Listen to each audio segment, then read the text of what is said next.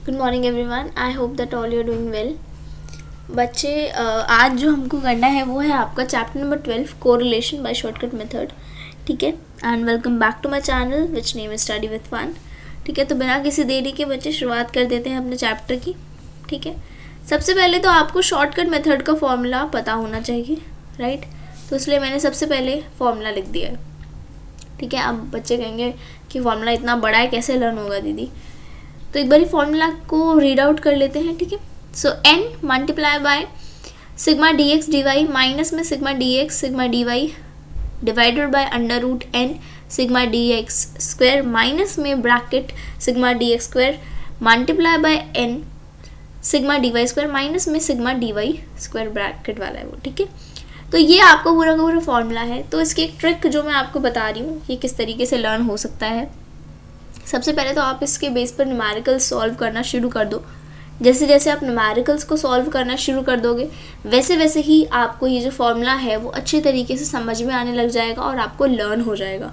और जैसे ही आपको ये लर्न हो जाएगा फॉर्मूला, तो आपको रटने की कोई ज़रूरत है ही नहीं। ठीक है, तो ये इसका फॉर्मूला है बच्चे। आई होप कि आपको एक क्लियर हो रहा हो यहाँ पे। ठीक है, अच्छा, एक और इम्पॉर्टेंट इन्फॉर्मेशन जो मुझे देनी थी इस वीडियो में वो ये है बच्चे कि अब मैं कोशिश करूँगी कि मैं बोर्ड पर आपको स्टैटिक्स पढ़वाऊँ, क्योंकि पीपीटीज़ के थ्रू स्टैटिस्टिक्स को पढ़ाना मेरे लिए कहीं ना कहीं थोड़ा डिफ़िकल्ट साबित हो रहा है। ठीक है, I am not think that it is impossible, but yes it is quite difficult for मी।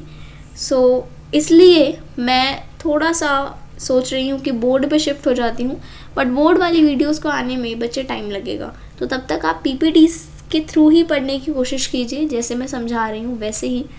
लेकिन मैं पूरी कोशिश करूँगी अपनी तरफ से कि पीपीटीज़ के थ्रू मैं आपको बहुत अच्छी तरीके से हर एक चीज़ एक्सप्लेन करती हुँ चलूँ। ठीक है, अगर आपको कोई भी चीज़ नहीं समझ में आती है पीपीटीज़ के थ्रू तो आप नीचे कमेंट बॉक्स में लिख सकते हैं।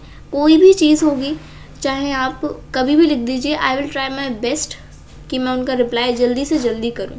ठीक है, तो बिना किसी देरी की शुरुआत करते हैं। तो ये आपको मैंने फॉर्मूला तो बता ही दिया है बच्चे। अब देखते हैं कि इस फॉर्मूला को निकालते कैसे हैं। इस फॉर्मूले में सबसे ज़्यादा कॉमन क्या दिख रहा है? D X and D Y, right. तो बस, और कॉमन क्या है? एन। बस ये तीन चीज़ें पता होनी चाहिए, निकल जाएगा तुम्हारा पूरा का पूरा फॉर्मूला। क्यों चिंता कर रहे हो? ठीक है, तो सबसे पहले आपको बच्चे एक्स दे रखा होता है और वाई दे रखा होता है। क्लियर है? तो आप देख सकते हो ये रही एक्स की यूनिट्स, ये रही वाई की यूनिट्स। ठीक है, 12, 15, 18 सॉरी 21, 24, 27, 30, 6, 8, 10, 12, 14, 16 एंड 18। सो एक्चुअली ये 7 है और ये भी 7 है। ठीक है, तो आपका n कितना हो गया? 7 हो गया। ठीक है, और आपका ये जो dx है वो आपको निकालना है। Now what is dx? सबसे पहले x को छोड़ दो, d का मतलब पता लगाते हैं। d का मतलब होता है डेविएशंस ऑफ x वेरिएबल, ऐसे ही डेविएशंस ऑफ y वेरिएबल। ठीक है, तो सबसे पहले अगर हमसे बात करी जाती है कि डेविएशंस क्या होता है, डेविएशंस का फॉर्मूला आपने पिछले चैप्टर्स में पढ़ा होगा विच इज़ योर, अगर आप x का निकाल रहे हैं तो x माइनस ए, y का निकाल रहे हैं तो y minus A, and a is nothing but a is your assumed mean, जो आपने एक नंबर मान लिया होता है। ठीक है, एज्यूम्ड यानी कि मान लिया होता है आपने। ठीक है, तो x में से बच्चे हम 18 मान लेते हैं। क्लियर है? तो 18 अगर हम मान लेते हैं, x की बात चल रही है। ठीक है, तो अब आपको x की जो डेविएशंस निकालनी, तो वो आप कैसे निकालोगे? x माइनस ए। ठीक है, तो आपका वेरिएबल ये हो गया, a ये हो गया, यानी कि 12 minus 18 minus 6, 15 minus 18 minus 3, 18 minus 18 0, 18 minus 21 3 sorry 21 minus 18 3, 24 minus 18 6, 27 minus 18 9, 30 minus 18 12। तो ये आपके dx निकल गए, ये आपका x हो गया, ये आपका y हो गया। क्लियर है? ये दोनों x और y आपको दे दिए होंगे, क्वेश्चन पेपर में आपको मिल जाएंगे। ठीक है, आपको dx निकालना है, dy निकालना है, dx स्क्वायर निकालना है, dy स्क्वायर निकालना है और dx एंड dy निकालना है। क्लियर है?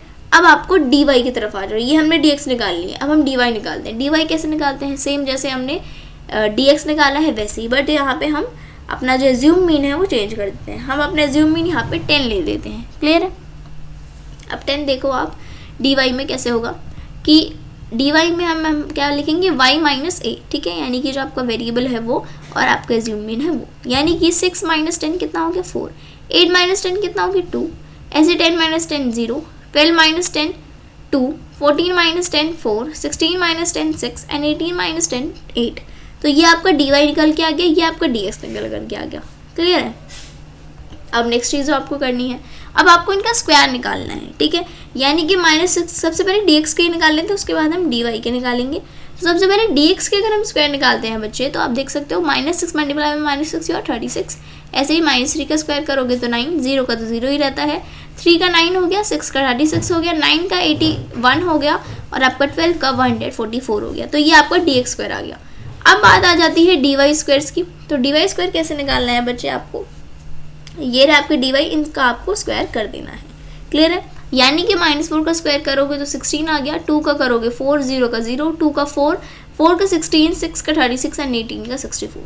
So this is your dy square and this is your dx square, ठीक है। ये आपका आ गया। अब dx और dy का हमको मल्टीप्लाई करना है। अब कौन से dx और dy का मल्टीप्लाई करना है ये आपको समझ में आना चाहिए। सॉरी, मेरा थोड़ा सा गला खराब है बच्चे, ठीक है। तो dx और dy का आपको मल्टीप्लाई करना है, तो कैसे करोगे, ये रहा dx, ये रहा dy।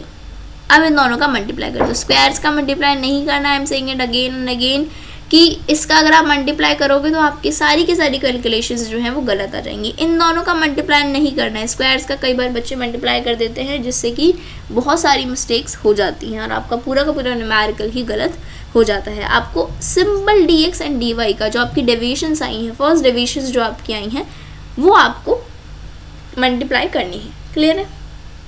6 multiply by 4 24, 3 multiply by 2 6, 0 का 0, 3 इंटू 2 6, 6 इंटू 4 24, 9 इंटू 6 54, 12 इंटू 8 96। ये आपका आ गया dx एंड dy, ठीक है।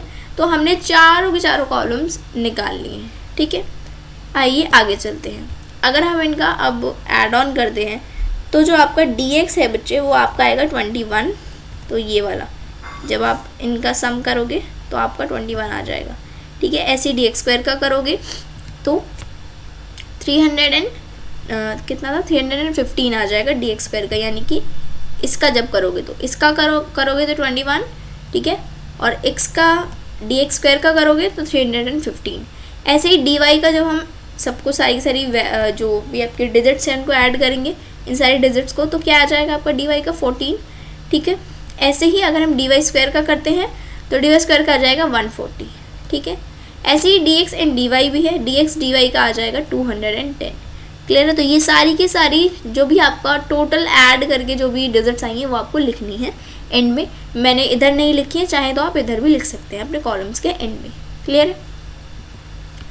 अब आपको बस इनको फॉर्मूला में पुट कर देना है, ठीक है। तो फॉर्मूला को एक बारी फटाफट से देखते हैं, ठीक है। फॉर्मूला है देखो n, ठीक है, multiply by sigma dx and dy, ठीक है। तो सिग्मा dx एंड dy कितना निकला है 210।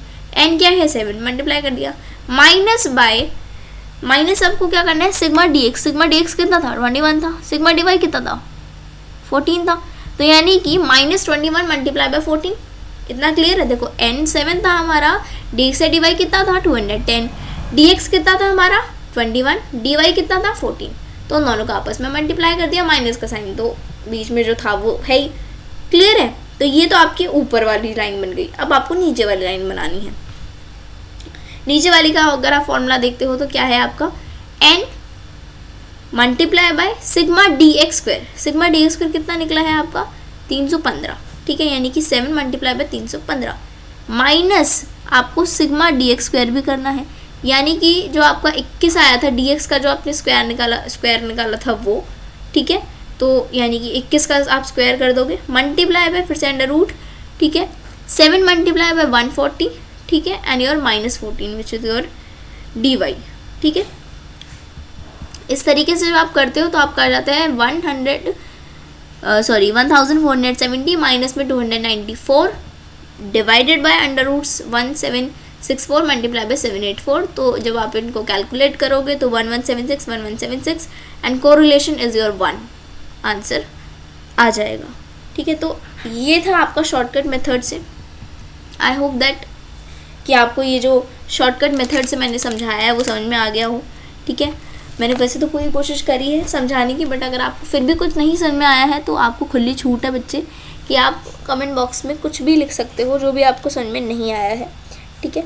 इसी तरीके से मिलते हैं आपसे अगली वीडियो में। तब तक के लिए मेरे चैनल को सब्सक्राइब करें और वीडियो को लाइक करना बिल्कुल ना भूलें।